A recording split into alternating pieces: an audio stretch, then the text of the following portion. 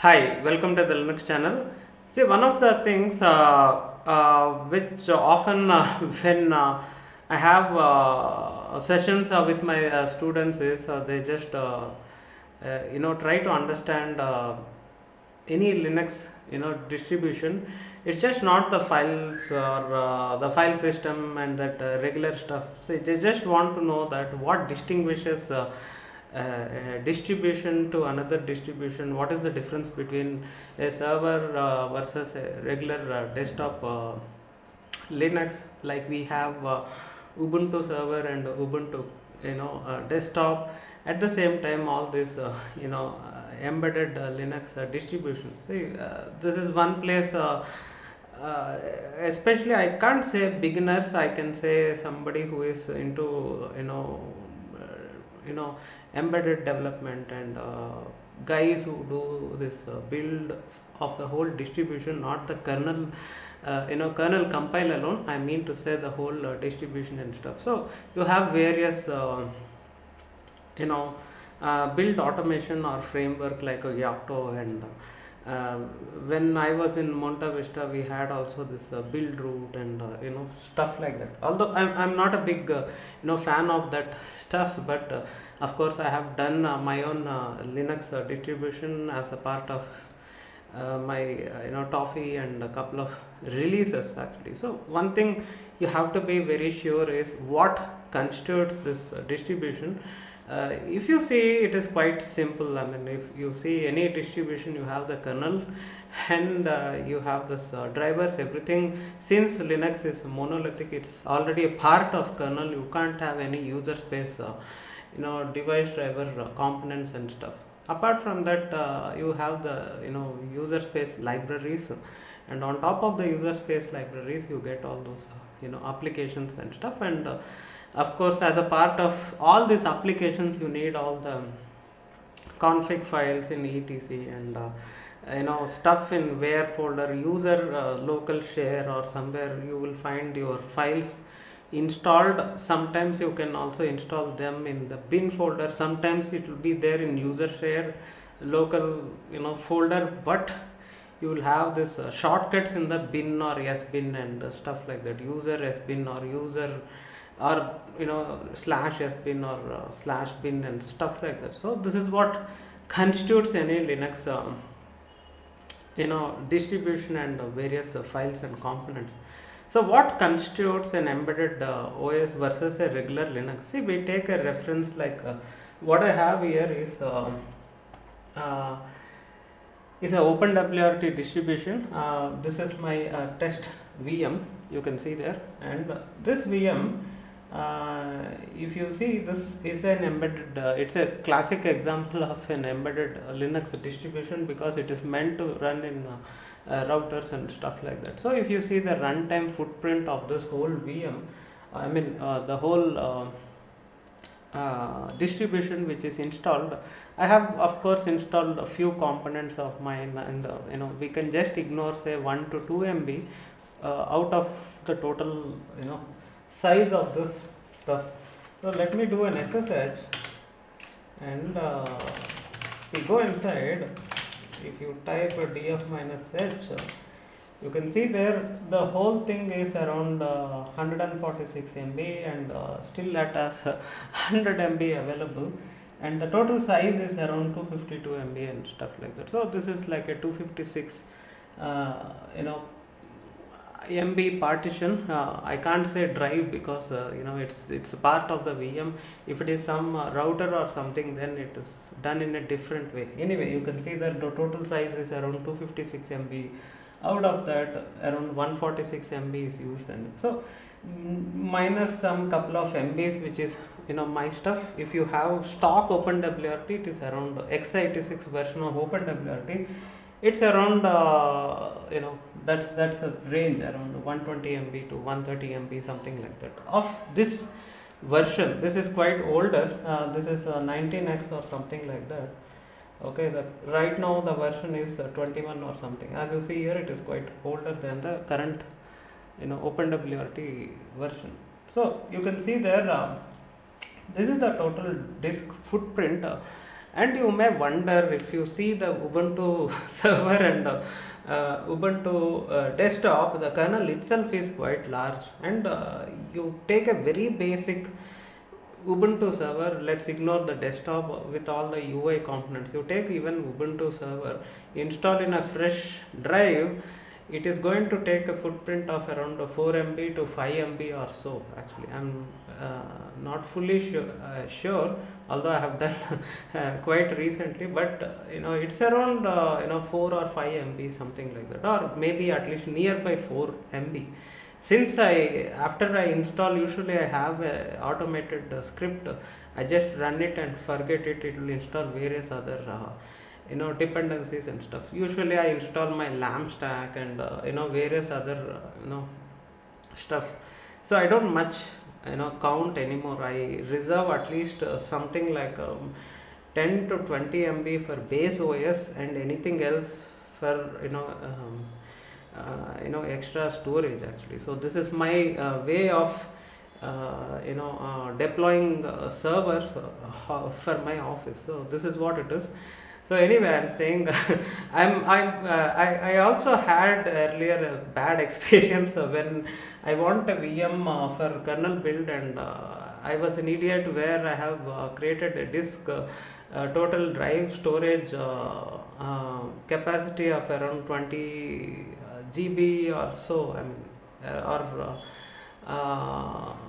I think 40 GB or so. But I learned in a bad way, because once I start compiling the kernel, I understood that it needs a lot of extra free space, which I never thought about whenever I was working in the base host OS not inside the VMs actually. So after I did this workflow in the VM, then I learned, okay, if you need to compile a kernel, you need the total disk space of around 100 GB or something like that. So which is, I'm talking about couple of years back, and now maybe 120 or 150 GB is a ballpark you can set aside for any kernel build. Okay, so coming back to the topic, so this dictates what it constitutes, and if you can run all basic Ubuntu server like commands, ls, df and all commands, pwd, everything, then what is the difference between this distribution versus a regular Ubuntu server? Okay, of course you can like I said, see, it may not have Apache install and few things, so take out of those components, still bare bones basic Ubuntu server versus this reference OpenWRT. Again, I'm saying this video is not about OpenWRT. We take OpenWRT as a reference OS, as a base or as a sample reference embedded OS. Okay, so you see there in OpenWRT it has the same package mechanism called OPKG. It's OpenWRT packages. So if you go to the system software and you will get these packages, and you can just update this list. It is as same as you do this sudo apt update and upgrade, stuff like that in Ubuntu. So same thing happens here. You have in fact the same thing you can do in command line as well. OPKG update or something, it will update this repo and you get this list of packages. So if you type here kmod or something, these are various kernel modules. You can see there some are not installed, some I have installed. You can see that these are arc tables, kmod arc tables, it is installed. And you find the various other stuff. You can see there a couple of them I have installed. I'm using some VMware stuff, so I'm sorry, VXLAN stuff. So again, kernel module of that is installed. I can even go up and show you guys. If I show as VXLAN, you can see there it is installed, and you have this kmod VXLAN and stuff. So why it is like this here versus it is not like that in regular Ubuntu? So you go inside the boot folder. Let me increase the font. You can see there, and cat config, we pick any kernel. So this is the kernel config, and you can also grep here VXLAN, something like that. You can see there it is installed as module and stuff. So what's the main difference of kernel build itself, embedded versus a regular standard Ubuntu, let it be, I mean Ubuntu, I'm not saying Ubuntu alone, it can be RHEL or any distribution, regular distribution. See, the fundamental difference is when you build any regular distribution, it should work in a huge PC like what I got, or on my desk I have my office laptop, and it has a different graphics card, it has a different NIC card, it has everything, a different peripherals versus a PC. So the same standard Ubuntu install in laptop or install in a PC or install in a server, it should just work, and moreover you insert any type of PCIe cards. Hence some of these, most of these distributions will include all the drivers which are installed all the time actually. So you don't do any on demand driver installation and stuff, it will be there as as it is out of box. So you don't need to do any on demand installs, versus this is not the case I found with OpenWRT. Even I'm a beginner in OpenWRT almost a year ago. Now I have certain amount of expertise. So even these things are very new to me when I started my journey in especially OpenWRT. Okay, so hence if you see here, and apart from OpenWRT, by the way, I just remembered when I was in Monta Vista, the Monta Vista Linux is again a basic BusyBox like Linux distribution. Hope you are aware what a BusyBox is. A BusyBox, if you are not aware, a BusyBox is a basic Linux kernel, user space, libraries, components, and few commands. It's a very basic fundamental Linux distribution. Okay, you can Google and find it out. Hopefully you can search like this Linux BusyBox and you will find some Wikipedia articles and stuff. So that's what constitutes a BusyBox Linux. See, one of the main customer of Monta Vista and their KVM chips is Cisco itself. So naturally they use this, and if they have any performance issues, if they have any other OS tune-up stuff needed, of course they ping Monta Vista, and Monta Vista we used to support Cisco. Again, it's an example. They had many customers, but one among them is Cisco, because most CG requirements are met by Monta Vista Linux, because it's a carrier grade equipment, Linux distro or Linux kernel meant for CG applications. It's very stable, very lightweight, very old, and it's been more than a decade old, so something like that. So they never pick something new and screw up the working system. They take always any carrier grade equipment, you pick any enterprise router or switch, anything,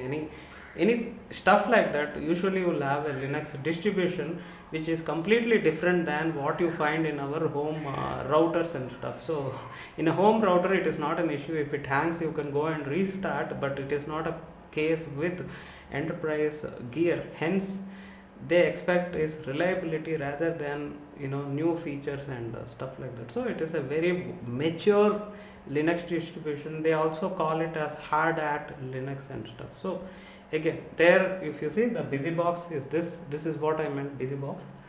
So coming back to the topic, if you see here, if you don't install this, that feature will not be available. Same way I have even installed various USB drivers and stuff like that. So I can even search kmod USB, and it is something like that, and you can search here USB something like that. If you scroll down, you'll find various instances actually. Hot plug, and I mean to say USB driver for these Wi-Fi and LTE cards and stuff like that. Okay, so I've done that, and as well this you get this 4G LTE modules from Qualcomm and Sierra and as well as Intel and stuff like that. So anyway, I'm talking about those drivers. So anything like that you need to install on demand, but forget about those drivers. I'm saying even a base kernel features sometimes you need to install, because these modules you install on demand and then you get those things working in OpenWRT. So this is main fundamental difference. Hence, if you see here, the whole VM Linux of OpenWRT is much smaller. Let me check where they generally copy. CD boot. Yeah, here is the VM Linux. You can see there it is around 3.7 MB versus if you go here in regular Ubuntu, this is around 9.8 MB, and it also has all those kernel modules, those KO files in user lib folder. So you have all those things included, and all this, it's a heavily populated kernel itself. And let's next include all the user space libraries. So as you know, in the case of desktop Linux, usually they come pre-installed with GCC and of course the libraries and stuff like that. This is not needed for any embedded distribution. Okay, it is a very basic embedded system. It doesn't need to compile inside by itself unless until it is needed to do so. Okay, hence the whole user space components also is installed on demand. Nothing is installed just like that. And my workflow mostly, sometimes in OpenWRT, if I need, I install TCP dump and few components, otherwise it won't be there. And one funny thing I have noticed is let it be IP command, let it be ifconfig or whatever, it is a much cut short version you find with less features than a desktop variant. Sometimes you have the tendency of these differences actually. And apart from that, one more interesting thing is, of course, you don't have any man pages.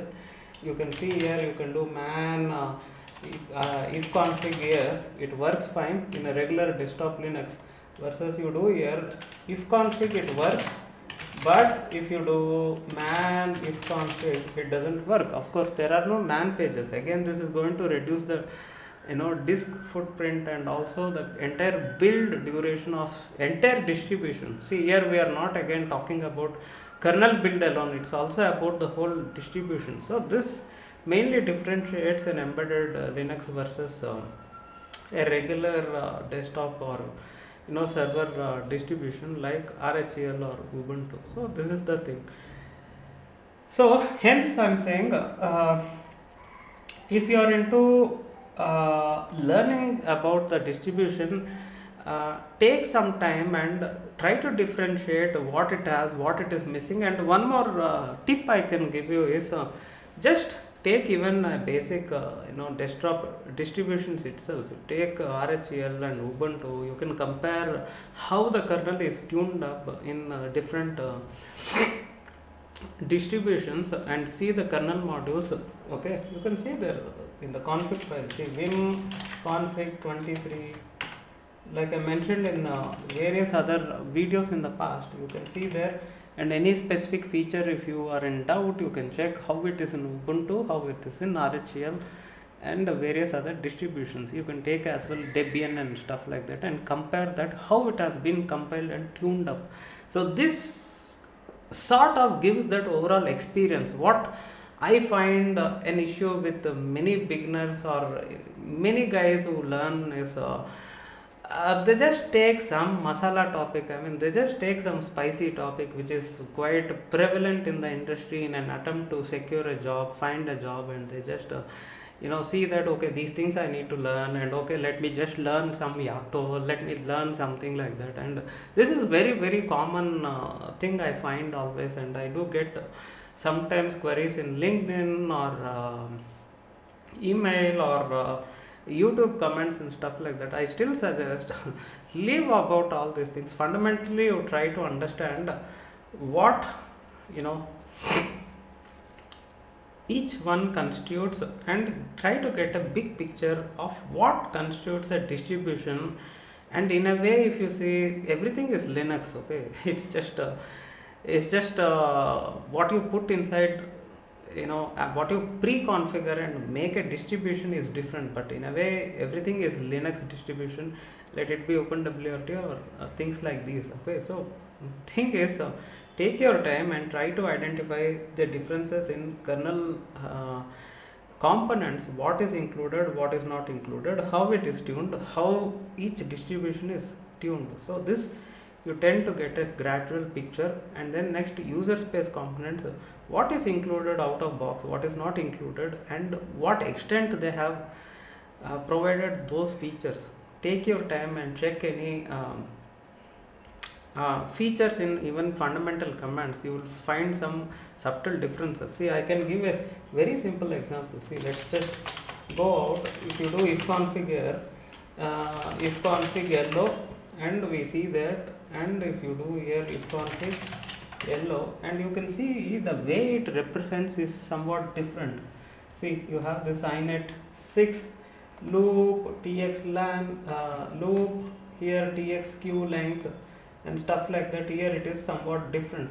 See, link encap local loop back, here it shows these flags versus here it doesn't show in that line. Hence I am saying these subtle differences. It's not just like that you get the same command which is supported. It is not purposefully, it has been toned down, some of that is taken out and it has been stripped down, and it's a limited stuff it is supported. And one of the interesting things I always find is commands like ping, the options you give, some advanced options you give in ping command, I have seen very much changes from this OpenWRT versus other variant of OpenWRT, and also the OpenWRT versus the Ubuntu Linux. So I'm saying it's just net tools or IP utils, whatever user space thing they take as a reference. As you know, if config command comes from net utils, so whatever they take and they build is somewhat it is customized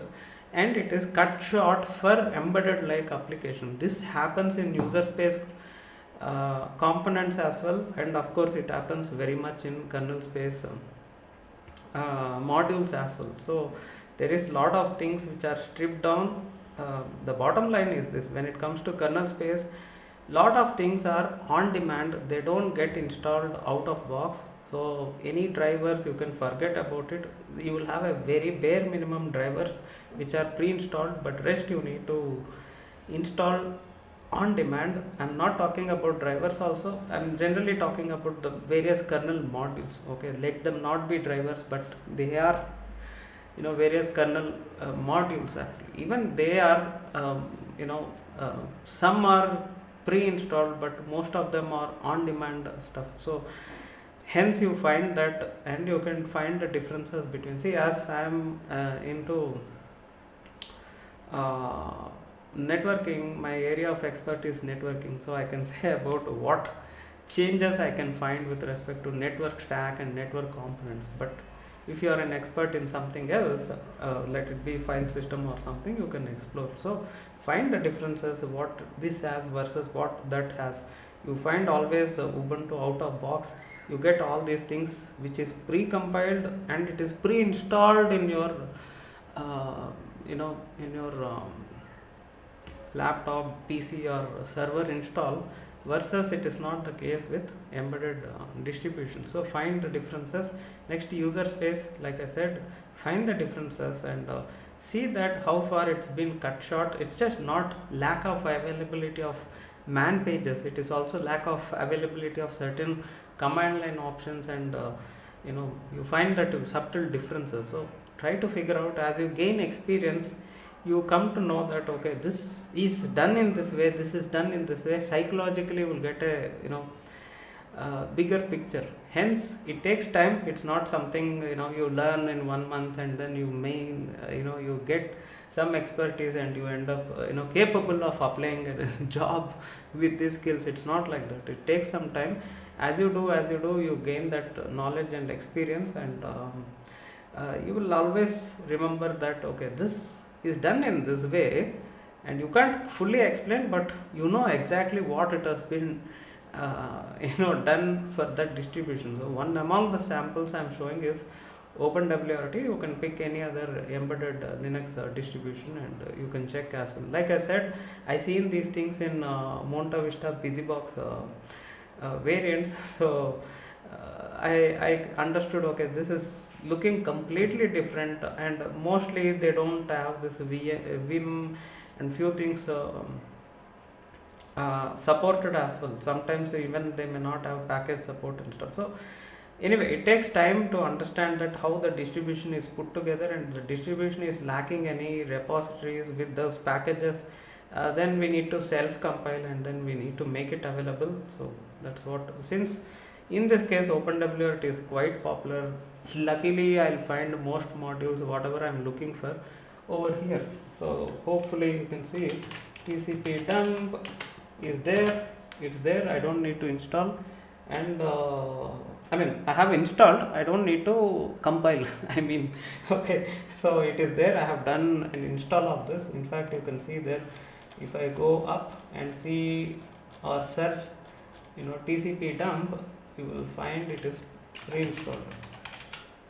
Yep, you can see there it is pre-installed. I don't want this mini version. Again, this is another interesting thing. You find sometimes variants, also versions and stuff like that. If you check, for instance, Samba, I find both versions available, Samba 3.6 and Samba 4. You can see there. So I believe it is 3.6. Yes, it is Samba 3.6 and it is Samba 4. And you can pick anything what you want, and the advantage is one is smaller and one is bigger. Recent one, more features, maybe the install footprint is bigger. In case you don't want this, you can go back anyway and use the older version which has a smaller disk footprint. So these things matters in embedded OS install, because in this case it is just a VM. It is fine. We have the luxury, we can use entire disk space and stuff. You can see there I have allocated around 272 MB. This is how I got this OpenWRT image, so it's fine.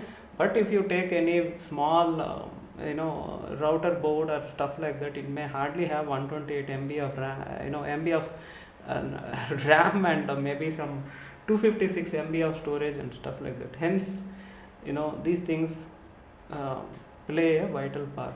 So hope you got some big picture, and if you are having any questions, you can feel free to be in touch via mail, or if you have a very small query, you can discuss in YouTube comments.